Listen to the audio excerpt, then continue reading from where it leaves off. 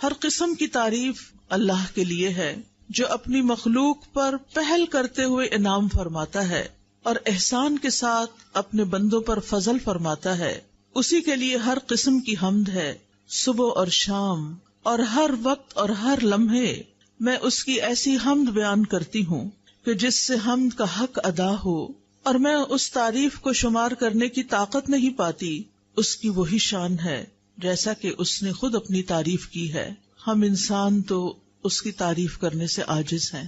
ہم اس کو پہچاننے کا بھی پورا حق ادا نہیں کرتے تو تعریف کا حق کیسے ادا کر سکتے ہیں؟ تو ہم اللہ سبحانہ تعالیٰ سے دعا کرتے ہیں کہ وہ ہمیں توفیق دے کہ ہم اس کو جانیں، اس کو پہچانیں، اس پر ایسا ایمان لائیں جیسا ایمان لانے کا حق ہے، اور اس کی بات کو اور اس کی ذات کو ایسی اہمیت دیں جیسی اہمیت دینے کا وہ حقدار ہے. میری دعا ہے کہ اللہ سبحانہ تعالیٰ ہماری زندگیوں میں سب سے اہم ہمارے رب کی ذات کو کر دے. ہمارے دلوں میں سب سے زیادہ محبت اسی کی ہو، ہمارے دلوں میں سب سے زیادہ اسی کی ملاقات کا شوق ہو، ہم اس کی رحمتوں کو محسوس کریں، ہم کبھی اس سے مایوس نہ ہوں. اللہ سبحانہ تعالیٰ ہمیں آج کی اس مجلس سے بھرپور فائدہ اٹھانے کی توفیق عطا فرمائے. اللہ سبحانہ تعالیٰ ہمارا خالق ہے، وہی ہمارا مالک ہے، وہی ہمارا رازق ہے، اور وہی ہماری حفاظت فرمانے والا ہے. ہم تو اپنی حفاظت بھی خود نہیں کر سکتے. ماں کے پیٹ میں ہماری حفاظت کس نے کی؟ اللہ رب العزت نے. پیدائش کے وقت کتنے تنگ راستے سے نکالا، کس نے ہمیں زندہ سلامت باقی رکھا؟ اللہ نے. بچپن میں ماں ضرور خیال رکھتی ہے، لیکن اصل میں پالنے والا تو ہمارا رب ہی ہے، جس نے ہمارے لیے غذا کا اہتمام کیا، جس نے ہمیں کھانا پینا سکھایا، جس نے ہمیں بولنا سکھایا. الرحمن علم القرآن خلق الانسان علمہ البیان. اللہ نے انسان کو پیدا کیا اور اسی نے بولنا سکھایا. ہمارے اندر تو کوئی طاقت نہیں، ہم تو نہیں جانتے تھے نہ حروف کو نہ الفاظ کو. اسی نے ہمیں کان دیے، اسی نے ہمیں سنوایا، اسی نے ہمیں بلوایا، اسی نے ہمیں دکھایا، اسی نے ہمیں آنکھ اور کان اور دل دماغ اور سارے اعضاء دیے، جن کو ہم افسوس کے ساتھ یہ کہ اس کی فرما برداری کی بجائے اس کی نافرمانی میں استعمال کرنے لگتے ہیں. جن چیزوں کو دیکھنے سے وہ منع کرتا ہے ہم وہی دیکھنے لگتے ہیں، جن چیزوں کو سننے سے وہ منع کرتا ہے ہم وہی سننا شروع کر دیتے ہیں. لیکن اس کے باوجود وہ ہم پر اپنی رحمت فرماتا ہے، اور جو کچھ اس نے ہمیں دے رکھا ہے اس کو دیے رکھتا ہے، چاہے ہم اس کی مرضی کے مطابق استعمال کریں یا اس کی مرضی کے خلاف استعمال کریں. اللہ سبحانہ تعالیٰ سب کی حفاظت کرتا ہے، لیکن اپنے مقرب بندوں کی، اپنے پیارے بندوں کی خاص حفاظت کرتا ہے. اللہ سبحانہ تعالیٰ ہمیں اپنے خاص بندوں میں شامل کر لے. اللہ سبحانہ تعالیٰ ہمیں قرآن والوں میں شامل کر لے. اللہ سبحانہ تعالیٰ ہمیں السابقون الاولون میں شامل کر لے، جو نیکیوں کی طرف سب سے پہلے رغبت کرتے ہیں، جو نیکیوں کے کاموں میں جلدی کرتے ہیں. یسارعون فی الخیرات رغبا ورہبا. یہ پیغمبروں کی خصوصیت اللہ تعالیٰ نے بتائی ہے کہ وہ نیکیوں میں، خیر کے کاموں میں بہت جلدی کرتے تھے، کبھی رغبت سے، کبھی رہبت سے، کبھی امید کے ساتھ، کبھی خوف کے ساتھ. اللہ سبحانہ تعالیٰ صرف ہماری حفاظت نہیں کرتا بلکہ وہ تو زمین و آسمان کی حفاظت کر رہا ہے. وہ تو بل کے اندر ایک چیونٹی کی بھی حفاظت کرتا ہے، اس کو بھی خوراک دیتا ہے. وہ تو اس بڑے آسمان کی جو ہمارے اوپر چھایا ہوا ہے ایک چھت کی طرح بغیر ستونوں کے، اس کی بھی حفاظت کرتا ہے کہ وہ ہمارے اوپر ٹوٹ کے گر نہ پڑے. اللہ سبحانہ تعالیٰ ان تمام چیزوں کی اپنی رحمت اور خاص رحمت کے ساتھ حفاظت فرما رہا ہے. وَيُمْسِكُ السَّمَاءَ أَن تَقَعَ عَلَى الْأَرْضِ إِلَّا بِإِذْنِهِ إِنَّ اللَّهَ بِالنَّاسِ لَرَءُوفٌ رَحِيمٌ. اور وہ آسمان کو یوں تھامے ہوئے ہے کہ وہ اس کے اذن کے بغیر زمین پہ گر نہیں سکتا. بلا شبہ اللہ بندوں پر بڑا ہی شفقت کرنے والا، بڑا ہی مہربان ہے. اور یہ حفاظت اس کے لیے کچھ مشکل کام بھی نہیں، اس پر کچھ بوجھ بھی نہیں. اللہ سبحانہ تعالیٰ پوری کائنات کی حفاظت فرما رہا ہے. وہ ستاروں اور سیاروں کو بھی ہم پہ گرنے نہیں دیتا. سورج، چاند، ستارے ہمارے اوپر سے گزر جاتے ہیں. اللہ سبحانہ تعالیٰ نے ان کو ایسے نظام میں باندھ کے رکھا ہوا ہے کہ ان میں سے کوئی بھی سرتابی کر کے ٹوٹ کے نیچے نہیں آتا. اور جو ستارے اس کے حکم سے ٹوٹتے بھی ہیں، فضا میں گرتے بھی ہیں، الحمدللہ ہمارے اوپر ان کی بارش نہیں برستی کہ ہم رات سوئے پڑے ہوں اور اوپر سے کوئی ایسی چیز آ کے گرے کہ صبح اٹھ ہی نہ سکیں. کس طرح اللہ تعالیٰ جاگتے میں بھی اور سوتے میں بھی ہماری حفاظت کرتا ہے. پھر اللہ سبحانہ تعالیٰ اپنے مومن بندوں کی شیطان سے بھی حفاظت فرماتا ہے. شیطان جو ہمارا ازلی ابدی دشمن ہے، کس طرح اللہ سبحانہ تعالیٰ نے ہمیں اس سے بچا کے رکھا ہوا ہے. وہ ہمیں اللہ سے دور لے جانا چاہتا ہے اور ہم اللہ کی باتیں سننے کے لیے اس کو چھوڑ کر شوق در شوق ایسی محفلوں میں آ کے بیٹھ جاتے ہیں اور اپنی زندگیوں کو اس کی راہ میں وقف کرتے ہیں، اس کا دین سیکھتے ہیں. یہ اس کی مدد اور اس کی رحمت کے بغیر ہو ہی نہیں سکتا. لہٰذا اللہ اپنے خاص بندوں کو شیطان سے بچا کر ان کے دلوں میں ایمان پیدا کر دیتا ہے اور ایمان کی محبت پیدا کر دیتا ہے، ایمان کو ان کے دلوں میں سجا دیتا ہے. وَلَٰكِنْ حَبَّبَ إِلَيْكُمُ الْإِيمَانَ وَزَيَّنَهُ فِي قُلُوبِكُمْ. اللہ نے ایمان کو تمہارے دلوں میں محبوب بنا دیا اور اس نے ایمان کو تمہارے دلوں میں سجا دیا. شیطان تو کبھی یہ کام نہ کرنے دیتا. اگر اللہ سبحانہ تعالیٰ کی خاص رحمت نہ ہوتی، پھر اللہ سبحانہ تعالیٰ جہاں ہماری دنیا کی مصلحتوں کی حفاظت کرتا ہے، اللہ سبحانہ تعالیٰ ہمارے دین اور ایمان کی حفاظت بھی فرماتا ہے. گمراہ کرنے والی خواہشات اور گمراہ کرنے والے شبہات اور شکوک سے بھی اور شیطان کے وسوسوں سے بھی ہمیں بچاتا ہے. اللہ سبحانہ تعالیٰ کا خاص شکر ہے کہ اس نے ہماری عقل کی حفاظت کی ہے کہ ہم بات سمجھ پاتے ہیں.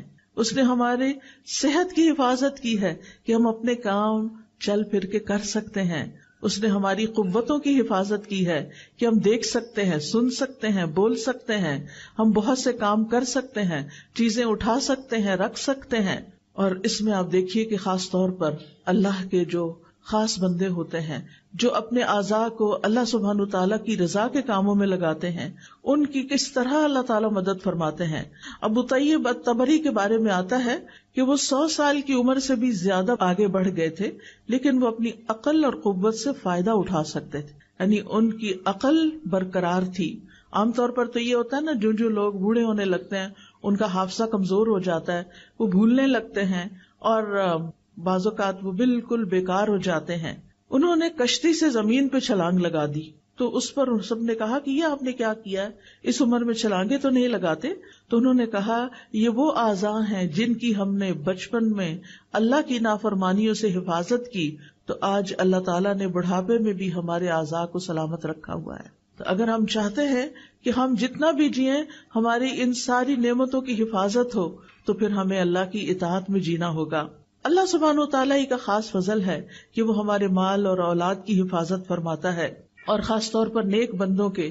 سورۃ کہف آپ پڑھتے ہوں گے ہر جمعے کو، اس میں یہ آیت آتی ہے نا، اما الجدار فکان لغلامین یتیمین فی المدینۃ وکان تحتہ کنز لہما وکان ابوہما صالحا. اور دیوار کی بات یہ ہے، وہ دیوار جیسے خضر علیہ السلام نے وہ گر چکی تھی تو اسے دوبارہ بنا دیا تھا، حالانکہ اس بستی والوں نے انہیں کھانا نہیں دیا تھا، پھر بھی انہوں نے وہ دیوار بنا دی ان کے لیے بغیر کسی قیمت کے. تو اس دیوار کا قصہ یہ تھا کہ وہ 2 یتیم لڑکوں کی تھی جو اس شہر میں رہتے تھے، اور اس دیوار کے نیچے ان کے لیے خزانہ مدفون تھا، اور ان کا باپ ایک نیک آدمی تھا.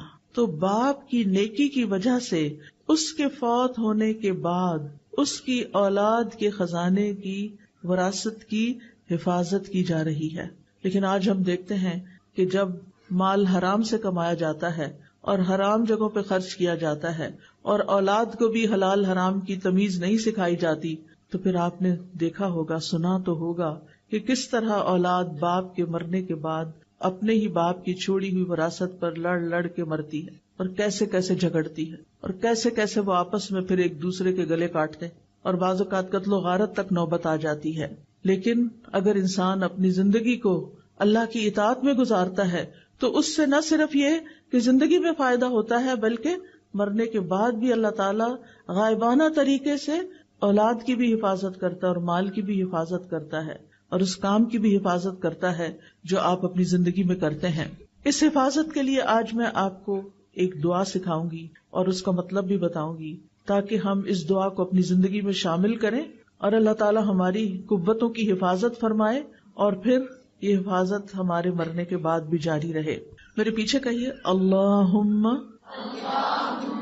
متعنی بسمعی وبصری واجعلہما الوارث منی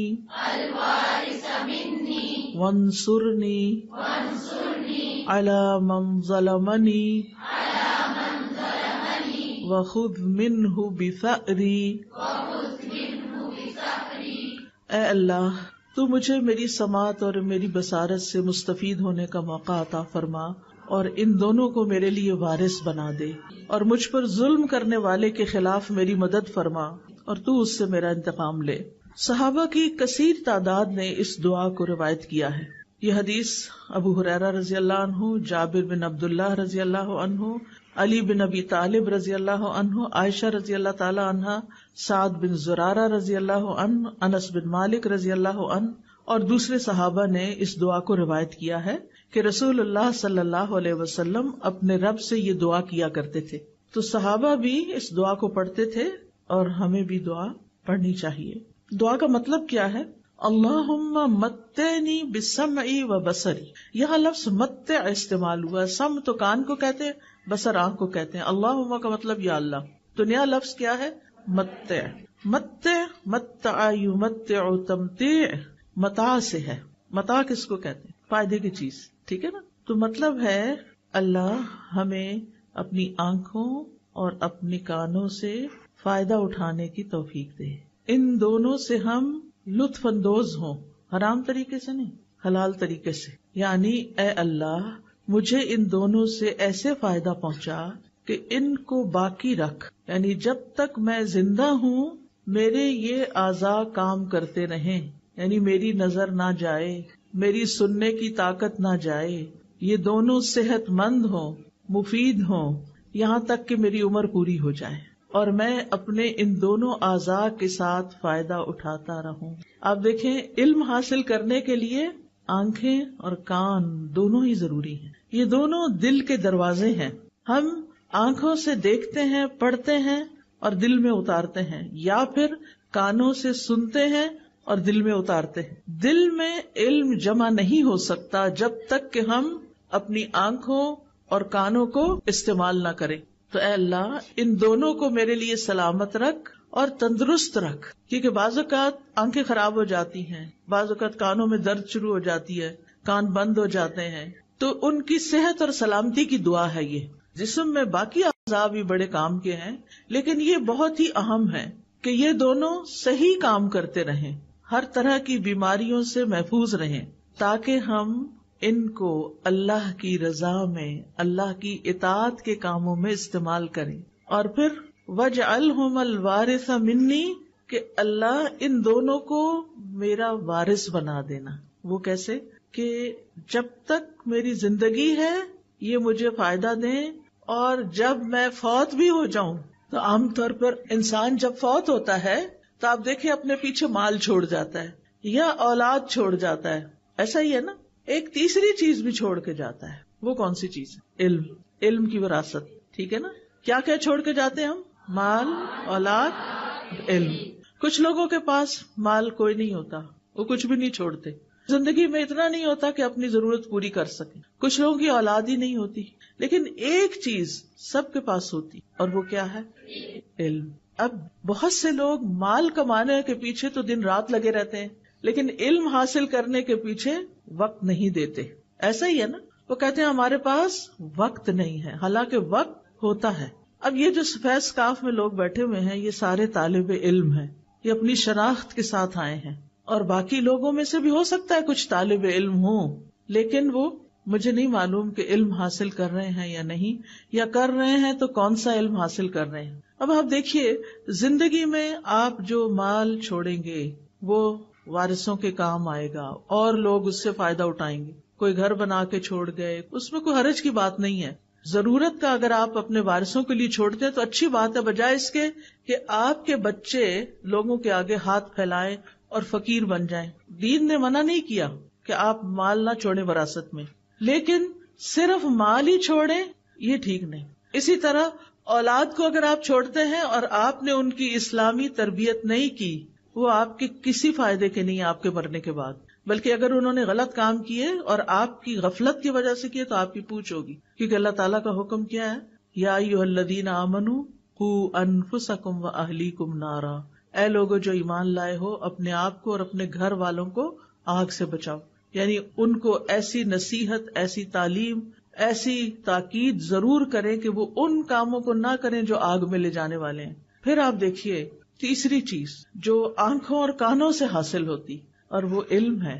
اگر وہ آپ نے حاصل کیا اور کسی کو سکھا گئے، کسی کو پڑھا گئے، کسی کو دے گئے، کوئی کتاب لکھی یا لوگوں کو ویسے تیار کیا، ان پر محنت کی، ان پر مال خرچ کیا کہ وہ پڑھ جائیں، کچھ بچوں کے لیے آپ نے جگہ بنا کے دی، کچھ کی فیس دی، کچھ کو کتابیں لے کر دی. اب یہ ساری چیزیں، یہ جو آپ کام کر رہے ہیں، یہ صدقہ جاریہ کا کام ہے. اپنے ہی مال کا ایک حصہ جو اولاد کے علاوہ آپ نے نیکی کے کام کے لیے چھوڑا، اور زندگی میں آپ نے اپنے آنکھوں اور کانوں کو استعمال کر کے جتنا بھی دین کا علم حاصل کیا، قرآن کا علم حاصل کیا، پھر آگے آپ نے اس کو سکھایا، پڑھایا، لوگوں پر محنت کی، وہ آپ کی وارث بنے گی، وہ لوگ آپ کے وارث ہوں گے. اور سلسلہ شروع کہاں سے ہوا تھا؟ آنکھوں اور کانوں سے. تو اس دعا میں ہم کیا مانگتے ہیں کہ اللہ ان دونوں کو میرا وارث بنا دے. مرنے کے ساتھ ہی آنکھیں تو بند ہو جاتی ہیں، کان بھی نہیں سنتے، تو پھر کیسے وارث بنیں گے؟ وراثت تو مرنے کے بعد ہوتی ہے نا، زندگی میں تو وراثت نہیں ہوتی. وراثت تو وہ چیز ہوتی ہے کہ جو ہم مرنے کے بعد چھوڑ کے جاتے ہیں. تو اگر ہم نے دوسروں میں انویسٹ کیا، دوسروں میں اپنا علم انویسٹ کیا، اس کی مثال کیا ہے؟ مثلاً ایک چھوٹے سے بچے کو آپ نے سورت الفاتحہ سکھا دی جو اس کو پہلے نہیں آتی تھی، پھر آپ نے اس کو اس کا ترجمہ بھی بتا دیا، اس نے سورت بھی یاد کر لی، اس کا ترجمہ بھی یاد کر لیا. ایک حرف قرآن کا پڑھنے سے کتنی نیکیاں ملتی ہیں؟ 10. اور اگر آپ وہ کسی اور کو سکھا دیتے ہیں تو جتنی دفعہ وہ پڑھتا ہے اس کو بھی 10 مل رہی ہیں، 10 آپ کو بھی مل رہی ہیں. اب یہ بچہ 80 سال کی عمر تک زندہ رہتا ہے اور ہر روز دن میں 5 نمازوں کا پابند ہو گیا، کیونکہ آپ نے اس کو نماز کی پابندی بھی سکھا دی. کہ آپ نے 7 سال کی عمر میں اس کو یہ چیزیں سکھائیں، اس نے نماز شروع کر دی، وہ 80 سال تک نماز پڑھتا رہا، سمجھ کے پڑھتا رہا. وہ دن میں کم سے کم بھی اگر فرض پڑھے جائیں تو 17 فرض ہیں، 17 دفعہ اس نے ہر روز سورت فاتحہ پڑھی. ایک دفعہ سورت فاتحہ کے حرف گن کے دیکھیں کتنے سارے ہیں. وہ سارے حرف ان کو 10 سے ملٹی پلائی کریں کہ ایک دفعہ سورت فاتحہ وہ بچہ پڑھتا ہے تو آپ کو کتنی نیکیاں مل جاتی ہیں. اور دن میں 17 دفعہ، اور پھر وہ 80 سال پڑھتا رہا. آپ اپنی قبر میں سوئے ہوئے ہیں، وہ بچہ آپ کے علم کا وارث بنا ہوا ہے، وہ اس کو استعمال کر رہا ہے. آپ نے اس پر احسان کیا تھا، اب وہ احسان واپس آپ کی طرف آ رہا ہے. ان احسنتم احسنتم لانفسکم. آپ دیکھیے ہم سب مسلمان ہیں، ہم سب کو سورۃ فاتحہ تو آتی ہے نا، قل هو اللہ احد تو آتی ہے نا. آپ دیکھیے کوئی گلی بازار ایسا نہیں مجھے دکھائی دیتا کہ جہاں بچے فارغ پھرتے نظر نہ آئے. کوئی دکانوں پہ بےچارے غریب بیٹھے ہوئے ہیں، کوئی گلی بازاروں میں پھر رہے ہیں، ان کو کوئی پوچھنے والا نہیں، ان کی ماؤں کے پاس بھی علم نہیں، ان کے لیے کوئی مدرسہ نہیں، ان کے لیے کوئی گھر نہیں، ان کے لیے کوئی استاد نہیں. جبکہ اتنے مسلمانوں کو نماز تو آتی ہے نا. اگر اور کچھ نہیں آپ کر سکتے تو کچھ بچوں کو نماز ہی سکھا دیں اور نماز کا ترجمہ ہی سکھا دیں. کتنی بڑی وراثت چھوڑ کے جائیں گے آپ.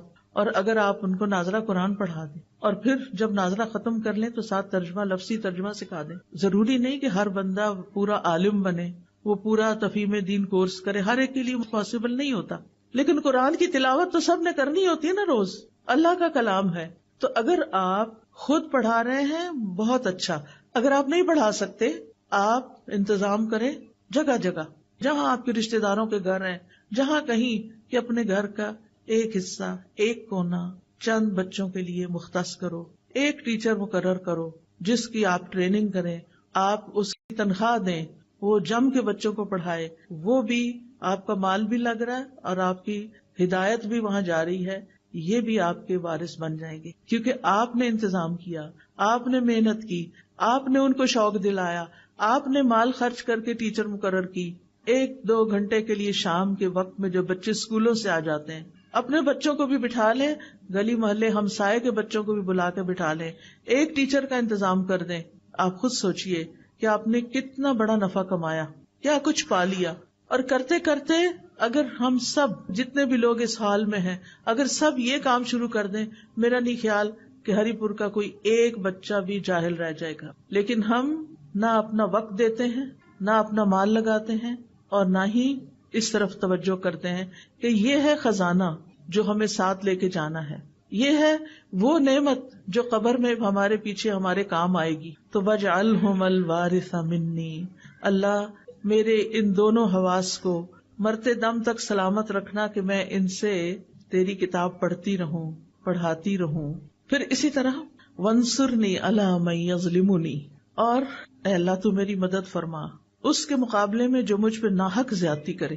کیونکہ بعض اوقات لوگ جن کے پاس تھوڑی سی بھی طاقت ہوتی ہے ہمیں کمزور سمجھ کر ہمارے اوپر ظلم کرتے ہیں.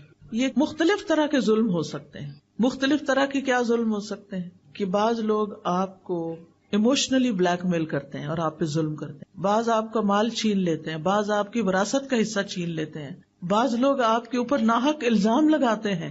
آپ نے کوئی غلط کام کیا نہیں ہوتا اور وہ کیا کرتے ہیں، وہ آپ کے اوپر جھوٹے الزام لگا دیتے ہیں اور ہم کچھ بھی کر نہیں پاتے. ہم مظلوم، یا اللہ، پھر کس کو پکارتے ہیں؟ اللہ کو پکارتے ہیں، یا اللہ تو ہی ہے ہمارا، تو ہماری مدد فرما اور اس ظلم کے مقابلے میں تو میرا ساتھ دے. اس لیے یہ دعا بڑی ہی ضروری ہے. اور ظلم کی کئی قسمیں ہوتی ہیں، صرف مار دھاڑی ظلم نہیں ہوتا. کسی کو بلیک میل کرنا، کسی کے اوپر جھوٹے الزام لگانا، یہ ساری چیزیں ظلم میں آ جاتی ہیں. اور وَخُذْ مِنْهُ بِثَأْرِي، اللہ جو مجھ پر ظلم کر رہا ہے نا تو اس سے میرا بدلہ لے اور میرا حق مجھے دلا دے. کیونکہ بعض لوگ ظلم کر کے سمجھتے ہیں وہ صحیح کر رہے ہیں، ان کو یہ پتہ ہی نہیں ہوتا کہ ہم کسی کا حق مار رہے ہیں. تو وہ اللہ سبحانہ وتعالیٰ سے آپ دعا کریں کہ وہ آپ کو آپ کا حق دلائے، اور اللہ سبحانہ وتعالیٰ دلا سکتا ہے. اور پھر آپ دیکھیے کہ بعض اوقات یہ بھی ہوتا ہے کہ صرف لوگ ظالم نہیں ہوتے، ہم بھی ظالم بن جاتے ہیں. کسی ایک نے ہمارے خلاف کوئی بات کی ہوتی ہے، ہم ان کے پورے خاندان کو رگیت دیتے ہیں. اب وہ ظالم تو ہے لیکن جو مظلوم تھا وہ ظالم بن چکا اور دوسروں کے اوپر الزام تراشی کر رہا ہے، سب کو بیچ میں رگید رہا ہے، فلاں بھی ہے، فلاں بھی، فلاں بھی. اور بعض اوقات ہم سوچے سمجھے بغیر ایسی باتیں کر رہے ہوتے ہیں. تو اس میں ہمیں ضرور خیال رکھنا چاہیے کہ یا اللہ سارے لوگ نہیں، جس نے مجھ پہ جو اصل کلپریٹ ہے بس میں صرف اسی کے خلاف تیری مدد چاہتی ہوں، مجھے دوسرے لوگوں سے کوئی شکایت نہیں. کیونکہ بعض اوقات کسی کا بیٹا ہو سکتا ہے، کسی کا باپ ہو سکتا ہے، تو اگر بیٹا ظالم ہے تو باپ کا تو قصور نہیں، وہ تو روکتا ہے لیکن وہ ظلم سے باز نہیں آتا. کسی کی بیوی ہو سکتی. اب مثال کے طور پر آپ دیکھیں، ہمیں ہر طرح کے ظلم سے بچنے کی کوشش کرنی چاہیے. بعض اوقات کچھ مائیں اپنے بچوں پہ ظلم کر رہی ہوتی ہیں، بلا وجہ مار کے، بلا وجہ چیخ چلا کے، اور ہم سمجھتے ہیں یہ ہمارے بچے ہیں نا، ہم جو چاہیں کریں. نہیں، ہم جو چاہیں نہیں کر سکتے، اس کا بھی حساب لیا جائے گا. حدیث میں آتا ہے فَالْمَرْأَةُ رَاعِيَةٌ فِي بَيْتِ زَوْجِهَا وَمَسْئُولَةٌ عَنْهَا، عورت اپنے شوہر کے گھر میں نگران ہے اور اس سے اس کے بارے میں سوال کیا جائے گا، اس سے پوچھا جائے گا کہ اس نے یہ کام اپنی ذمہ داری کیسے ادا کی. تو اس لیے ہمیں اپنے بچوں کے ساتھ بھی ظلم نہیں کرنا. اچھا، بعض اوقات بعض خواتین اپنی بہوؤں کے ساتھ ظلم کرتی ہیں، ان کے اوپر اتنے کام ڈال دیتی ہیں جو ان کی ذمہ داری نہیں ہوتے، یا اگر ان کی کوئی بات پسند نہیں آتی تو ان کے خلاف بیٹے کے کان بھرتی ہیں اور یہ بھول جاتی ہیں کہ اگر یہ گھر تباہ ہوا تو نقصان کس کا ہے؟ اپنا ہی ہے. جو لڑکی اس گھر سے چلی جائے گی کیونکہ اس کے اوپر ظلم ہو رہا تھا، تو آپ دیکھیں کہ آج پہلی شادی کرنا بھی کتنا مشکل ہو گیا، تو دوسری شادی کیسے کی جائے گی. پھر آپ دیکھیے کہ بعض لڑکیاں بزرگوں پہ ظلم کرتی ہیں، بعض بہویں ساسوں پہ ظلم کرتی ہیں، ان کے پاس کوئی ٹھکانہ نہیں رہنے کے لیے، لیکن وہ کسی صورت ان کو برداشت نہیں کرتی. آج رات تقریباً 10:30 کا ٹائم تھا، میں فون بند ہی کرنے لگی تو کسی کی کال آ گئی. کوئی بزرگ خاتون تھی، بہت رو رہی تھی. میں پریشان ہوئی کہ ان کو کیا ہوا، ان کے منہ سے بات نہیں نکل رہی تھی. تو انہوں نے بتایا کہ میں بیمار ہوں، یعنی میری اب اتنی عمر ہو گئی ہے، میرے ساتھ بیمار بیٹی رہتی ہے، کوئی بیٹا ساتھ رہنے کو تیار نہیں، میں کدھر جاؤں. خیر میں نے ان کو تسلی دی، آپ اپنے گھر میں رہیں، آپ کو کہیں نہیں جانا، اللہ آپ کے ساتھ ہے، اللہ آپ کی مدد کرے گا. ٹھیک ہے، میں سمجھتی ہوں کہ بعض اوقات بزرگ چھوٹی چھوٹی باتوں میں ناراض ہو جاتے ہیں، انٹرفیئر کرتے ہیں، گھروں کا ماحول خراب ہوتا ہے، لیکن پھر بھی یہ تو کہیں نہیں نا کہ ان کو چھوڑ کے انسان کہیں اور چلا جائے، ان کو تنہا چھوڑ دے. اور وہ عمر کے اس حصے میں ہو کہ انہیں فائنینشیل سپورٹ نہ بھی چاہیے ہو تو مورل سپورٹ چاہیے ہوتی ہے. بزرگوں کو سب سے زیادہ جو چیز تکلیف دیتی ہے وہ تنہائی ہے. جب گھر میں پوتے پوتیاں ہوتے ہیں، نواسے وغیرہ ہوتے ہیں، تو ان کے لیے ایک خوشی کی بات ہوتی ہے، وہ ان کے ساتھ دل بہلاتے ہیں، کیونکہ وہ خود بھی بچے بن چکے ہوتے ہیں اور چھوٹے بچوں سے ان کا دل زیادہ لگتا ہے. لیکن اگر لڑکیاں چند دن کے لیے بھی برداشت نہیں کر سکتی تو انہیں سوچنا چاہیے کہ ان پر بھی ایک وقت آنے والا ہے. وہ سمجھتے ہیں اس وقت وہ اپنے بچوں سے کھیل رہی ہیں، وہ ساری زندگی ان کے بچے رہیں گے. آپ اپنے ماں باپ کے ساتھ جو کرتے ہیں وہ واپس پلٹتا ہے. یہ زندگی ایک امتحان ہے. اس زندگی میں انسان پر آزمائشیں آتی ہیں، کبھی اپنے گھر کے اندر سے ہی آتی ہیں. اللہ سبحانہ وتعالیٰ فرماتے ہیں وَجَعَلْنَا بَعْضَكُمْ لِبَعْضٍ فِتْنَةً أَتَصْبِرُونَ، ہم نے تم میں سے بعض کو بعض کے لیے آزمائش بنایا ہوا ہے، کیا تم صبر کرو گے؟ تو حل کیا ہے؟ صبر و برداشت، ایک دوسرے کو برداشت کرنا، اپنے آپ کو مشغول کرنا، ان مسائل کا حل تلاش کرنا. یعنی اگر کوئی گھر میں بزرگ ایسا ہے جس نے آپ کی زندگی حرام کی ہوئی ہے تو بجائے اس کے کہ اسے گھر سے باہر نکال پھینکیں، یہ مسئلے کا حل نہیں ہے. آپ سوچیں کہ آپ نے اس کی ناراضگی سے کیسے بچنا ہے. آپ نے خود اپنے لیے کون سا ایسا کام شروع کرنا ہے کہ جس سے آپ کا وہ انٹریکشن یا وہ مسئلہ کم سے کم پیش آئے کہ جس کی وجہ سے آپ کو مشکل ہوتی ہے. اور اس کے لیے اللہ سبحانہ تعالیٰ سے آپ دعا کریں گے کہ اللہ تعالیٰ میرے لیے آسانی فرما دے. ٹھیک ہے نا؟ تو یاد رکھیے کہ ہمارے جسم کے جتنے بھی اعضاء ہیں، میں پھر دعا پہ آ رہی ہوں واپس، ہمارے جسم کے جتنے بھی اعضاء ہیں یہ ہمارے پاس اللہ کی امانت ہیں. یہ ہم نے خود نہیں بنائی. یہ ہاتھ ہم نے خود بنایا نہیں، بنا، ہمیں پتا ہے نا. تو جو بناتا ہے وہی مالک ہوتا ہے. یہ آنکھیں ہم نے خود لی ہیں، کہیں سے خریدی ہیں؟ نہیں، جس نے دی ہیں وہی ان کا مالک ہے. ہمارے پاس امانت ہے کچھ سالوں کے لیے. اللہ تعالیٰ یہ دیکھ رہے ہیں کہ ہم ان کے ساتھ کرتے کیا ہیں، ہم ان کو استعمال کیسے کرتے ہیں. اگر اللہ تعالیٰ کی مرضی کے مطابق استعمال کرتے ہیں تو عبادت ہے، اطاعت ہے. اور اگر اللہ تعالیٰ کی مرضی کے مطابق استعمال نہیں کرتے تو یہ نافرمانی ہے، گناہ ہے. ٹھیک ہے نا؟ یہ اعضاء اللہ کی عظیم نعمتوں میں سے. اللہ تعالیٰ فرماتے ہیں وَاللَّهُ أَخْرَجَكُم مِّن بُطُونِ أُمَّهَاتِكُمْ لَا تَعْلَمُونَ شَيْئًا وَجَعَلَ لَكُمُ السَّمْعَ وَالْأَبْصَارَ وَالْأَفْئِدَةَ لَعَلَّكُمْ تَشْكُرُونَ. اور اللہ نے تمہیں تمہاری ماؤں کے پیٹوں سے اس حال میں نکالا کہ تم کچھ نہیں جانتے تھے. اس نے تمہارے لیے کان اور آنکھیں اور دل بنا دیے تاکہ تم شکر ادا کرو. تو ہم نے کیا کرنا ہے؟ شکر ادا کرنا ہے. شکر کیسے ادا ہوتا ہے؟ ان نعمتوں کا صحیح استعمال کر کے، مالک کی مرضی کے مطابق استعمال کر کے. کانوں سے ہم کیا کچھ سنتے ہیں، کتنا کچھ سنتے ہیں، اور وہ سب کچھ ہمارے اندر جا رہا ہوتا ہے. آنکھوں سے ہم کیا کچھ دیکھتے ہیں، وہ سب کچھ ہمارے اندر جا رہا ہوتا ہے. یہ ہمارے دل کے ساتھ کنیکٹڈ ہے. اسی لیے ایک آنکھیں ظاہر میں ہیں اور ان کے پیچھے جہاں یہ کنیکٹ ہوتی ہیں وہاں دل کی بھی آنکھیں ہیں اور دل کے بھی کان ہیں. کچھ لوگ صرف ظاہری آنکھوں سے چیزوں کو دیکھتے ہیں، عبرت نہیں پکڑتے، اس سے کوئی سبق نہیں لیتے، وہ صرف سامنے سامنے کے سرفیس پہ دیکھ رہے ہیں. اور کچھ لوگ چیزوں کو دل کی آنکھ سے دیکھتے ہیں، گہرائی سے دیکھتے ہیں، سبق لیتے ہیں، اللہ کو پھر یاد کرتے ہیں. یتفکرون فی خلق السماوات والارض، آسمانوں اور زمین کی تخلیق میں غور و فکر کرتے ہیں، پکار اٹھتے ہیں ربنا ما خلقت ھذا باطلا، اے ہمارے رب تو نے اس کو بیکار نہیں پیدا کیا، سبحانک تو پاک ہے کہ کوئی بیکار کام کرے، فقنا عذاب النار تو ہم سب کو آگ کے عذاب سے بچا لے. اور پھر آپ دیکھیے کہ اللہ تعالیٰ کی پہچان کے بعد اللہ کے کلام کو پڑھنے کے لیے، سمجھنے کے لیے کان اور آنکھ کا ہونا اور صحت مند ہونا یہ بہت بڑی نعمت ہے. اور پھر اس کا صحیح رستے پر استعمال کرنے کی توفیق ہونا یہ بہت بڑی نعمت ہے. ابن قیم کہتے ہیں بندے کے اعضاء میں سے ہر عضو میں اللہ کے لیے عبودیت ہے جو اسی عضو کے ساتھ خاص ہے، اور ایک اطاعت ہے جو اس سے مطلوب ہے. وہ عضو اسی کے لیے پیدا کیا گیا ہے اور اسی اطاعت کے لیے مہیا کیا گیا ہے. یعنی ہمیں یہ سب کچھ کسی مقصد کے لیے دیا گیا ہے. تو اعضاء کو استعمال کرنے کے حوالے سے بندوں کی 3 قسمیں ہیں. 3 طرح کے لوگ ہیں. نمبر 1 وہ لوگ جو ان اعضاء کو پیدا کیے جانے کے مقصد کو پورا کرتے ہیں، یعنی ان اعضاء سے وہی کام لیتے ہیں جن کے لیے یہ پیدا کیے گئے. یہ بہت نفع مند تجارت کر رہے ہیں، اپنے لیے بہت کچھ اکٹھا کر رہے ہیں، جیسے میں نے سورۃ فاتحہ سکھانے کی مثال دی. نمبر 2 جس مقصد کے لیے اعضاء کو پیدا نہیں کیا گیا وہ کام کرتے ہیں. یہ دوسری قسم کے لوگ ہیں. ایسے لوگ سخت خسارے میں ہیں کہ انہوں نے ان آنکھوں سے وہ کچھ دیکھا جو اللہ کی نافرمانی کا تھا، جس کو دیکھنے سے اللہ نے منع کیا تھا. آج آپ دیکھیں کتنے ہی لوگ ہیں کہ موبائل فون کے فتنے کی وجہ سے ننگی فلمیں، گندی فلمیں، جھوٹی باتیں، فضول ڈرامے اور پتہ نہیں کیا کچھ دیکھتے رہتے ہیں. یہ آنکھوں کا غلط استعمال ہے، کانوں کا غلط استعمال ہے. اس پر پوچھا جائے گا، اس پر پکڑ ہوگی، اس کام سے توبہ کرنی چاہیے.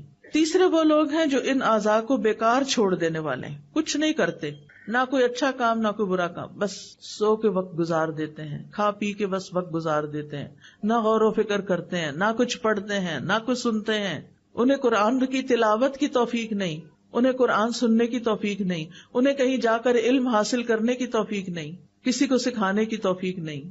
ایسے لوگ اپنا نقصان کر رہے ہیں. آج جو آپ لوگ یہاں میرے سامنے بیٹھے ہیں، میں بعض چہرے ایسے دیکھ رہی ہوں کہ جس میں ماشاء اللہ بالکل بزرگ خواتین ہیں. ان کو اللہ نے اس عمر میں شوق دے دیا کہ وہ قرآن پڑھیں اور سیکھیں اور سکھائیں، اور یہ بھی خوش قسمتی کی علامت ہے. علم حاصل کرنے کے لیے کوئی عمر کی قید نہیں، مرتے دم تک انسان کو سیکھتے رہنا چاہیے. اور اگر بھول بھی جاتا ہے، نہیں سمجھ آتا، آپ اس مجلس میں بیٹھے رہتے ہیں، کچھ تو حاصل ہوتا ہے نا، کیونکہ ایسی مجالس میں بیٹھنے والوں کی بھی بخشش کر دی جاتی. تو پہلی قسم کا جو شخص ہے اس کا ہر کام عبادت ہے، کیونکہ وہ جس چیز کو دیکھتا ہے عبرت کی نگاہ سے دیکھتا ہے، کچھ سبق لیتا ہے اور اللہ کو یاد کرتا ہے. جو باتیں مثلاً وہ آرام سے بیٹھا ہوا ہے تو بھی غور و فکر کر رہا ہے، اس کے سامنے کوئی چھوٹا موٹا کیڑا مکوڑا نظر آ جاتا ہے تو وہ اس کی حرکت پر بھی غور کر کے اس کا دل ایمان سے بھر جاتا ہے. یا اللہ، یہ تو نے یہ پیدا کیا، کیسے تو نے اس کی پلاننگ کی، کیسے تو نے اس کو زندگی دی، اس کو جینے کے لیے ہمیں تو یہ بھی نہیں پتا یہ کیا کھا کے جیتا ہے اور یہ کہاں سوتا ہے اور کہاں سے نکل آتا ہے. وہ ہر چیز کو دیکھ کر ایک سبق لے رہے ہوتے ہیں. اسی طرح وہ کھڑے ہوں تب، بیٹھے ہوں، کھا رہے ہوں، پی رہے ہوں، سو رہے ہوں، اپنے لباس پہن رہے ہوں، ہر حال میں وہ ایسے غور و فکر میں ہوتے ہیں کہ اللہ کو یاد کر رہے ہوتے ہیں، ان چیزوں سے سبق لے رہے ہوتے ہیں. ایسے لوگ ہر لمحہ عبادت میں ہوتے ہیں. دوسری قسم کے لوگ جو فضول چیزیں بولتے، سنتے، دیکھتے رہتے ہیں، ان کا ہر عمل ان کے خلاف جائے گا، ہر چیز میں ان کی پکڑ ہوگی. کیونکہ غلط چیز انسان دیکھ لیتا ہے نا تو وہی پھر خیالات بھی آتے ہیں. غلط چیزیں سن لیتا ہے. اب جو اگر میوزک کا اچانک بھی آپ نے کہیں گاڑی میں سفر کر رہے تھے، انہوں نے لگا دیا، سن لیا، گھر آ کے وہی منہ سے نکلتا جاتا ہے. اور کچھ لوگ تو مرتے دم تک صرف پھر گانے ہی گا رہے ہوتے ہیں. وہ میں نے پڑھا تھا کہیں آرٹیکل، کسی ڈاکٹر کا تھا، اس کے سامنے کئی مریض فوت ہوئے. اس نے کہا کہ ہر ایک الگ الگ باتیں کر رہا ہوتا ہے. کم ہی لوگ ہیں جن کو کلمہ نصیب ہوتا ہے. باقی کوئی اگر تاجر ہے تو خرید و فروخت کی باتیں کر رہا ہے، اور اگر کوئی گانے بجانے کے شغل میں تھا تو وہ وہی گانے گا رہا ہوتا ہے. اس کو کہیں بھی کہ لا الہ الا اللہ پڑھو تو اس کو توفیق نہیں ہوتی. تو جو کام ہم زندگی میں کرتے رہتے ہیں نا، موت کے وقت بھی انہی کی فکر لگے گی، وہی کر رہے ہوں گے. فون پہ جو باتیں کر رہے ہوتے ہیں نا ہر وقت، یہ سن رہے ہوتے ہیں، یا جو میسجز کر رہے ہوتے ہیں، اور جن چیزوں میں ہماری دلچسپی زیادہ ہوتی ہے، سوتے جاگتے اٹھتے. کچھ لوگ تو رات کو بھی فون آف نہیں کرتے، رات کو بھی اٹھ اٹھ کے دیکھتے رہتے ہیں کیا میسج آیا ہے.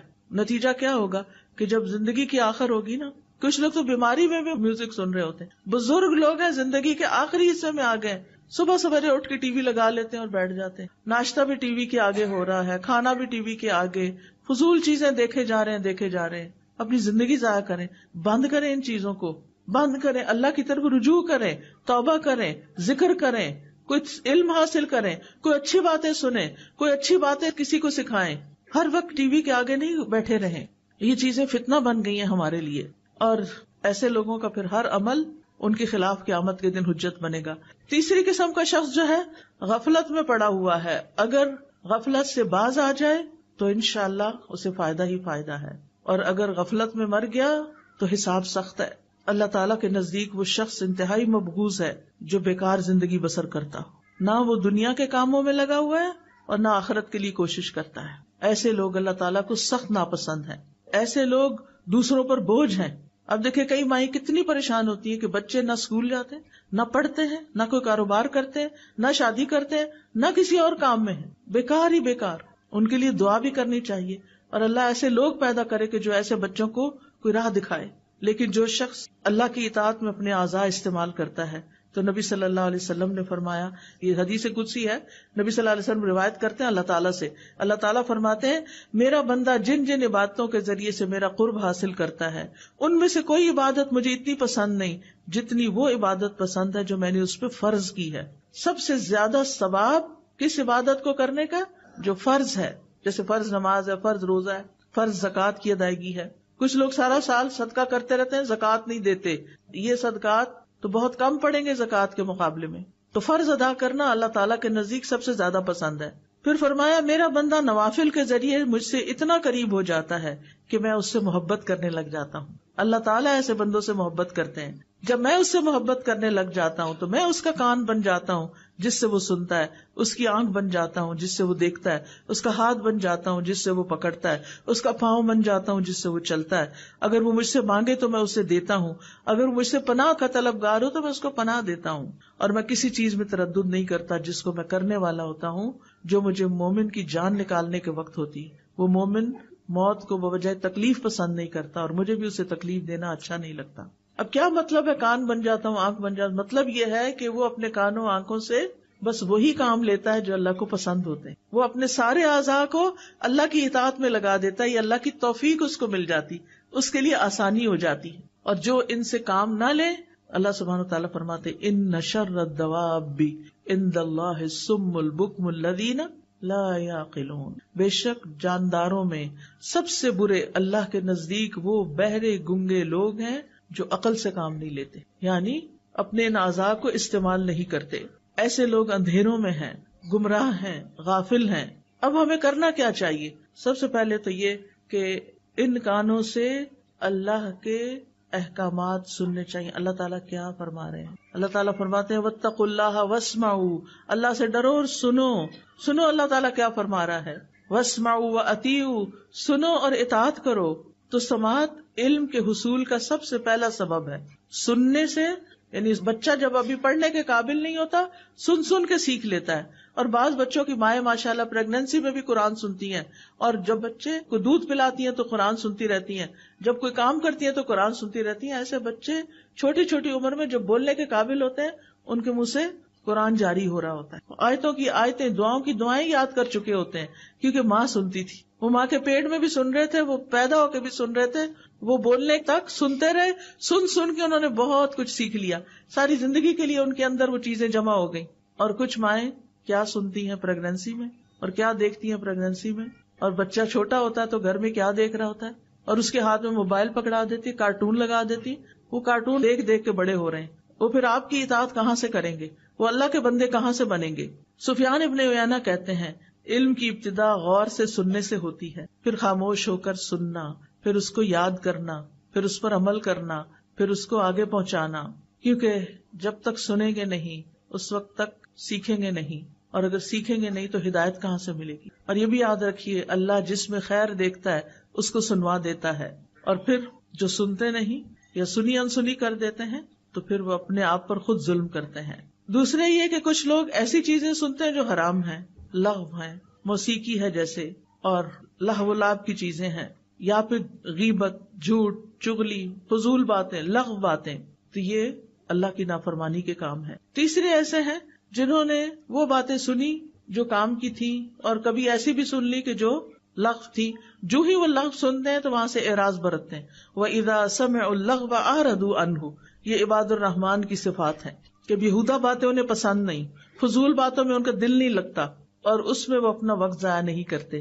ہم سب کو بھی سوچنا چاہیے کچھ بھی بولنے سے پہلے، منہ کھولنے سے پہلے اس بات کی کتنی ضرورت ہے کرنے کی، اور اگر نہیں تو فالتو میں باتیں نہیں کرتے جانا چاہیے.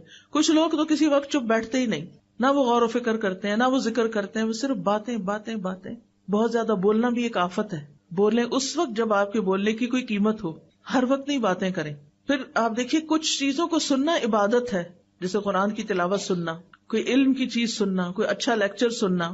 نبی صلی اللہ علیہ وسلم بعض اوقات صحابہ کو کہتے تھے کہ وہ قرآن کی تلاوت کریں اور آپ سنیں، اور آپ سنتے تھے. آپ کو سننا پسند تھا. ان کا طریقہ یہ ہوتا تھا کہ وہ کسی جماعت میں بیٹھتے تو حلقہ بنا لیتے، ایک پڑھتا اور باقی سب سنتے، پھر دوسرا پڑھتا سنتے. اس طرح دور ہوتا ہے. مثلاً آپ نے تجوید بھی سیکھ لی، قرآن پڑھ لیا، سب کچھ، آپ حلقہ ایک بنا کے اپنا اپنا سب پڑھ سکتے ہیں. اگر ایک ٹیچر بیچ میں ہو تو وہ کریکشن بھی کر سکتی ہے. عبداللہ بن مسعود کہتے ہیں مجھ سے نبی صلی اللہ علیہ وسلم نے فرمایا مجھے قرآن پڑھ کر سناؤ. میں نے کہا آپ کو میں پڑھ کے سناؤں؟ وہ تو آپ پہ نازل ہوا ہے. آپ نے فرمایا میں دوسرے سے سننا چاہتا ہوں. اس لیے قرآن سننا ایک عبادت ہے. آپ بھی ضرور سنا کریں، کچھ وقت نکالا کریں کہ آپ تلاوت سنیں اور خاموشی سے سنیں. وَإِذَا قُرِئَ الْقُرْآنُ فَاسْتَمِعُوا لَهُ وَأَنصِتُوا لَعَلَّكُمْ تُرْحَمُونَ. جب قرآن پڑھا جائے تو اسے کان لگا کے سنو اور چپ رہو تاکہ تم پہ رحم کیا جائے. تو قرآن سننے سے اللہ کی رحمت آتی ہے. پھر کانوں سے وہ چیزیں نہ سنیں جو حرام ہیں، جیسے غیبت، چغلی. اگر کوئی کر رہا ہو تو اس کو روکیں. یعنی غیبت کرنے والا تو مجرم ہے ہی، سن کے ہاں میں ہاں ملانے والا بھی برابر کا شریک ہے. اس لیے اگر کوئی کر رہا ہو تو دلچسپی نہ لیں اور ادھر ادھر بات کو ختم کرنے کی کوشش کریں. پھر اسی طرح اگر کوئی دین کا مذاق اڑا رہا ہو اس مجلس سے اٹھ جائیں، وہاں نہ بیٹھیں. پھر اسی طرح تجسس نہ کریں، کان لگا کے دوسروں کی باتیں نہ سنیں. کانوں کے زنا سے بھی بچیں، اور کانوں کا زنا فحش باتیں سننا ہے. فحش گفتگو کرنے سے بچیں تاکہ آپ بولیں اور آپ کے کان سنیں، یہ بھی غلط ہے. پھر اسی طرح لغو باتیں نہ سنیں، جھوٹ نہ سنیں. اسی طرح آنکھوں کا صحیح استعمال کریں، کائنات میں غور و فکر کریں، عبرت حاصل کریں، اچھی کتابیں پڑھیں، قرآن کی تفاسیر پڑھیں، احادیث پڑھیں. ابن تیمیہ کہتے ہیں اللہ سبحانہ وتعالیٰ نے اپنی کتاب میں آنکھوں کو جھکا کر رکھنے کا حکم دیا ہے. اس کی 2 اقسام ہیں. پہلی، پردے کے لائق مقام کو دیکھنے سے نظر جھکانا، یعنی عورتوں کو نہیں دیکھنا چاہیے. دوسری، شہوت کے مقام کو دیکھنے سے نظر جھکانا، یعنی کسی کی شرمگاہ کو نہیں دیکھنا چاہیے. آنکھ کا بھی حساب ہوگا کہ کہاں کہاں کیا دیکھتے رہے. لہٰذا ایسی تصویریں بھی نہ دیکھیں کہ جو ننگی ہوں، جس میں دوسروں کی عورت نظر آ رہی ہو. حرام چیزوں کی طرف نہ دیکھیں، فحش ویڈیو، فحش تصاویر. پھر اسی طرح غیر محرم مردوں کو نہ دیکھیں. کوئی ضرورت کی بات ہو تو کر لیں، ورنہ خواہ نہ دیکھتے چلے جائیں. اپنی نگاہیں جھکا کے رکھیں. اور اسی طرح مرد بھی، کیونکہ دونوں کے لیے اللہ تعالیٰ نے الگ الگ حکم دیا، عورتوں کو بھی دیا، مردوں کو بھی دیا. آنکھ کی حفاظت کرنے والے کے لیے جنت کا وعدہ بھی ہے. اور جو شخص حرام سے اپنی آنکھیں بچا کے رکھتا ہے، اللہ اس کی عبادت میں لذت پیدا کر دیتا ہے. آنکھوں کو اللہ کے راستے میں جگائیں بھی. بہت زیادہ سوتے نہ رہیں. کچھ لوگ رات کو بھی سوتے پھر دن کو اٹھتے ہیں، پھر دوبارہ دن کو بھی سوتے ہیں. اپنی نیند کو کم کریں. پھر اللہ کے ڈر سے روئیں بھی. قرآن کو دیکھ کر پڑھیں چاہے آپ کو حفظ ہو. نبی صلی اللہ علیہ وسلم نے فرمایا جو آدمی چاہتا ہے کہ اسے اللہ اور اس کے رسول سے محبت ہو، اسے قرآن مجید کی تلاوت مصحف دیکھ کے کرنی چاہیے. بعض اوقات ہم موبائل پہ ہی پڑھ لیتے ہیں سفر وغیرہ میں، لیکن افضل یہی ہے کہ ہم قرآن مجید سے ہی پڑھیں، اس کو دیکھ کے پڑھیں. پھر اسی طرح غور و فکر کرتے ہوئے اپنے کام پہ نظر رکھیں، ادھر ادھر نہ دیکھیں وہ کیا کر رہا ہے وہ کیا کر رہا ہے. بعض لوگ لیکچر میں آتے ہیں، ذرا سا کوئی اٹھا ہلا جلا سب سننا چھوڑ کے، دیکھنا چھوڑ کے ادھر دیکھنا شروع ہو جاتے ہیں اور پیچھے پیچھے ان کے چلتے جاتے ہیں. کیا حاصل، کیا کمایا آپ نے؟ ایک بندہ ہے دیر سے آیا ہے، اب وہ جگہ دیکھ رہا ہے اپنی، تو ساتھ آپ اس کو جگہ ڈھونڈ کے دے رہے ہیں. آپ اپنی جگہ پہ بیٹھ کے کیا کریں گے اس کے لیے اگر آپ توجہ اپنی ادھر لگائے ہوئے ہیں. پھر اسی طرح دعا کا جو ایک آخری حصہ ہے وہ ظالم کے خلاف اللہ سے مدد چاہنا ہے. انسان کی زندگی میں کچھ بھی مشکلات آئیں، سب سے پہلے اللہ پہ توکل کریں. میرا یہ مسئلہ اللہ حل کرے گا، اللہ پر بھروسہ کریں. وَمَن يَتَوَكَّلْ عَلَى اللَّهِ فَهُوَ حَسْبُهُ، جو اللہ پہ بھروسہ کر لیتا اللہ تعالیٰ اس کے لیے کافی ہو جاتا ہے. یہ کہا کر اللہ تو میرے لیے کافی ہے ان سب کے مقابلے میں. حسبی اللہ ونعم الوکیل، نعم المولا ونعم النصیر. اور یہ یقین رکھیں اللہ کے اذن کے بغیر کوئی مخلوق آپ کو نقصان نہیں دے سکتی، کوئی آپ کا کچھ نہیں بگاڑ سکتا. لوگوں کی اذیتوں کے مقابلے پر اللہ کی مدد لیں، اللہ کا سہارا لیں. مخلوق کے شر سے صرف اللہ ہی بچا سکتا ہے. یعقوب علیہ السلام اور ان کے محبوب لاڈلے بیٹے یوسف علیہ السلام کے درمیان ایک عرصے تک جدائی ہو گئی تھی، مشکل آئی تھی، آزمائش آئی تھی، لیکن انہوں نے کیا کہا تھا؟ فَاللَّهُ خَيْرٌ حَافِظًا وَهُوَ أَرْحَمُ الرَّاحِمِينَ. ان کو نہیں پتا تھا بیٹا کہاں ہے. بعض علماء کہتے ہیں یوسف علیہ السلام 40 سال تک گم رہے، لیکن اللہ نے ان کو ان کے باپ کی طرف واپس لوٹایا جو یہ کہا کرتے تھے فَاللَّهُ خَيْرٌ حَافِظًا وَهُوَ أَرْحَمُ الرَّاحِمِينَ. جب آپ کو بھی اپنی اولاد کے بارے میں فکر ہو، آپ انہیں رخصت کر رہے ہیں، ظاہر ہے ساری زندگی اولاد کو ساتھ تو نہیں رکھ سکتے، کوئی باہر کے ملک چلے جاتے ہیں، کوئی کہیں اور جا رہے، تو آپ کے دل میں وسوسے آتے ہیں کہ پتہ نہیں کیا بنے گا، پتہ نہیں کیسا ماحول ہوگا، کہیں ان کا ایمان نہ چلا جائے. تو یہ دعا پڑھا کریں اللہ خیر حافظا وہو ارحم الراحمین. ابراہیم علیہ السلام کی حفاظت کس نے کی تھی؟ اللہ نے. آگ سے بچا لیا تھا. موسیٰ علیہ السلام کی حفاظت پانی میں کس نے کی تھی؟ اللہ نے. سلیمان علیہ السلام کی حفاظت کس نے کی تھی؟ اللہ نے. جنوں سے ان کو بچایا تھا. عیسیٰ علیہ السلام کی حفاظت کس نے کی تھی کہ ان کو ان کے دشمنوں سے بچا کے آسمان پہ اٹھا لیا تھا؟ اللہ نے. اللہ اپنے بندوں کی غیبی مدد کے ذریعے حفاظت کرتا ہے. رسول اللہ صلی اللہ علیہ وسلم کی غار ثور میں حفاظت کس نے کی تھی؟ اللہ نے. لہذا جب آپ دعا مانگے، آپ کو خوف ہو، خطرہ ہو دشمنوں سے، تو آپ یہ کہا کرنا اللہ جیسے آپ نے ابراہیم علیہ السلام کی حفاظت کی، جیسے آپ نے باقی ایک ایک کا نام لے کے جو میں نے ابھی آپ کو ذکر کی، اللہ میرے بچوں کی بھی ایسے ہی حفاظت فرما۔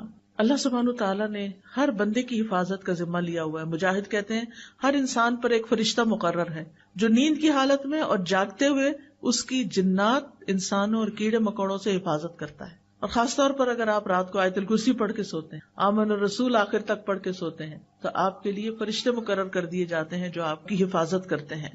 کعب احبار کہتے ہیں اگر اللہ تعالیٰ تم پر فرشتے مقرر نہ کرتا جو تمہارے کھانے، تمہارے پینے، تمہارے پردے کی چیزوں میں تمہارا دفاع نہ کرتے تو جن تمہیں اچک کے لے جاتے، لیکن یہ اللہ ہی حفاظت کرتا ہے اور فرشتوں کے ذریعے کرتا ہے۔ تو اب دعا کر لیتے ہیں، اللہ سبحانہ وتعالی ہماری حفاظت فرمائے۔ سبحان اللہ والحمد للہ ولا الہ الا اللہ واللہ اکبر ولا حول ولا قوة الا باللہ العلی العظیم۔ اللہم صل علی محمد وعلی آل محمد کما صلیت علی ابراہیم وعلی آل ابراہیم انک حمید مجید۔ اللہم بارک علی محمد وعلی آل محمد کما بارکت علی ابراہیم وعلی آل ابراہیم انک حمید مجید۔ اللہم اصلح لی سمعی وبصری واجعلہما الوارثین منی وانصرنی علی من ظلمنی وارنی منہ ثأری۔ اے اللہ میری سماعت اور میری بصارت کی اصلاح کر دے اور ان دونوں کو میرا وارث بنا دے، جو مجھ پہ ظلم کرے اس کے خلاف میری مدد فرما اور مجھے اس سے انتقام لے کر دکھا۔ اللہم اقسم لنا من خشیتک ما تحول به بیننا وبین معصیتک ومن طاعتک ما تبلغنا به جنتک ومن اليقین ما تهون به علینا مصیبات الدنیا ومتعنا باسماعنا وابصارنا وقوتنا ما احییتنا واجعلہ الوارث منا واجعل ثأرنا علی من ظلمنا وانصرنا علی من عادانا ولا تجعل مصیبتنا فی دیننا ولا تجعل الدنیا اکبر ہمنا ولا مبلغ علمنا ولا تسلط علینا من لا یرحمنا۔ اے اللہ ہم میں اپنا خوف اتنا تقسیم کر دے کہ ہمارے اور ہمارے گناہوں کے درمیان حائل ہو جائے، اور اپنی فرما برداری ہم میں اتنی تقسیم کر دے کہ وہ ہمیں تیری جنت تک پہنچا دے، اور اتنا یقین کہ ہم پر دنیا کی مصیبتیں آسان ہو جائیں، اور جب تک ہم زندہ ہیں ہمیں ہماری سماعت، ہماری بصارت، ہماری قوت سے فائدہ اٹھانے کی توفیق دے اور اسے ہمارا وارث بنا دے، اور ہمارا انتقام اسی تک محدود کر دے جو ہم پر ظلم کرے، اور جو ہم سے دشمنی رکھے اس کے مقابلے میں ہماری مدد فرما، اور ہمارے دین میں ہم پر مصیبت نازل نہ فرما، اور دنیا کو ہی ہمارا اصل اور بڑا غم نہ بنا، اور نہ دنیا کو ہمارے علم کی انتہا بنا، اور ہم پر کسی ایسے شخص کو مسلط نہ کر جو ہم پر رحم نہ کرے۔ اللہم اجعل فی قلبی نورا وفی لسانی نورا واجعل فی سمعی نورا واجعل فی بصری نورا واجعل من خلفی نورا ومن امامی نورا واجعل من فوقی نورا ومن تحتی نورا اللہم اعطنی نورا۔ اللہم انی اعوذ بک من شر سمعی ومن شر بصری ومن شر لسانی ومن شر قلبی ومن شر منی۔ اے اللہ میں تیری پناہ چاہتا ہوں اپنے کان کی برائی سے، اپنی آنکھ کی برائی سے، اپنی زبان کی برائی سے، اپنے دل کی برائی سے، اور اپنے مادہ منویہ کی برائی سے۔ یا اللہ ہمیں ہمارے نفس کے شر سے بچا لینا، اللہ ہمیں سماعت اور بصارت کے زائل ہو جانے سے بچا لینا۔ اللہم انی اعوذ بک من السمم والبکم والجنون والجذام والبرص وسیء الاسقام۔ اے اللہ میں تیری پناہ مانگتا ہوں بہرے پن سے، گنگے پن سے، پاگل پن سے، کوڑھ سے، برس سے اور تمام بری بیماریوں سے۔ یا اللہ ان تمام بیماریوں اور ہر طرح کی بیماریوں سے ہمیں بچا کے رکھنا۔ اللہم انی اعوذ بک من الفقر والقلۃ والذلۃ واعوذ بک من ان اظلم او اظلم۔ اے اللہ میں فقر و فاقہ، قلت اور ذلت سے تیری پناہ میں آتا ہوں، اور اس بات سے تیری پناہ میں آتا ہوں کہ میں کسی پہ ظلم کروں یا کوئی مجھ پہ ظلم کرے۔ اللہم انت عضدی و نصیری بک احول و بک اصول و بک اقاتل. اے اللہ تو ہی میرا دست بازو ہے، اے اللہ تو ہی میرا مددگار ہے، میں تیری مدد سے چلتا پھرتا ہوں، تیری مدد سے حملہ کرتا ہوں اور تیرے ہی بھروسے پر میں لڑتا ہوں. یا حی یا قیوم برحمتک نستغیث اللہم انا نجعلک فی نحورہم ونعوذ بک من شرورہم. اے اللہ ہم تجھے ان کے بالمقابل کرتے ہیں جو ہم پر ظلم کرتے ہیں اور ان کے شر سے تیری پناہ مانگتے ہیں. رب اعنی ولا تعن علی وانصرنی ولا تنصر علی وامکر لی ولا تمکر علی واہدنی ویسر ہدای الی وانصرنی علی من بغى علی. اللہم اجعلنی لک شکارا لک ذکارا لک رہابا لک مطواعا الیک مخبتا اواہا منیبا. رب تقبل توبتی واغسل حوبتی واجب دعوتی وثبت حجتی واہد قلبی وسدد لسانی واسلل سخیمۃ قلبی. یا رب العالمین یا ارحم الراحمین. جتنی بہنیں آئی ہیں یا اللہ ان سب کا آنا بیٹھنا سیکھنا قبول فرما. ہم سب کو ان باتوں پر عمل کی توفیق عطا فرما. یا اللہ جو دعائیں ہم نے کی ہیں ان کو قبول فرما. یا اللہ جو بیمار ہیں انہیں صحت عطا فرما، جو دکھی لوگ ہیں ان کے دکھ دور فرما، جن کے دلوں میں کوئی خاص دعائیں ہیں یا اللہ ان کی دعائیں پوری فرما. یا رب العالمین ہمارے والدین پر اپنی رحمت نازل فرما. اللہ ہم سب کی اولاد کو ہدایت عطا فرما، ان سب کو ہمارے لیے صدقہ جاریہ بنا. اللہ ہمیں اپنا مال، اپنا وقت، اپنی جان ایسے کاموں میں خرچ کرنے کی توفیق دے جن سے تو راضی ہو جائے. یا اللہ تو ہماری ساری مشکلات آسان کر دے. اللہ ساری مشکلات آسان فرما دے. یا اللہ تو ہماری قوتوں کو مرتے دم تک بحال رکھنا. یا اللہ تو ہم سے راضی ہو جا. اللہ ہم تجھ سے راضی ہیں، تو بھی ہم سے راضی ہو جا. ربنا تقبل منا انك انت السميع العليم وتب علينا انك انت التواب الرحيم. وصلى الله تعالى على خير خلقه محمد وعلى آله واصحابه واهل بيته اجمعين برحمتك يا ارحم الراحمين. الہی آمین. سبحانك اللهم وبحمدك اشهد ان لا اله الا انت استغفرك واتوب اليك.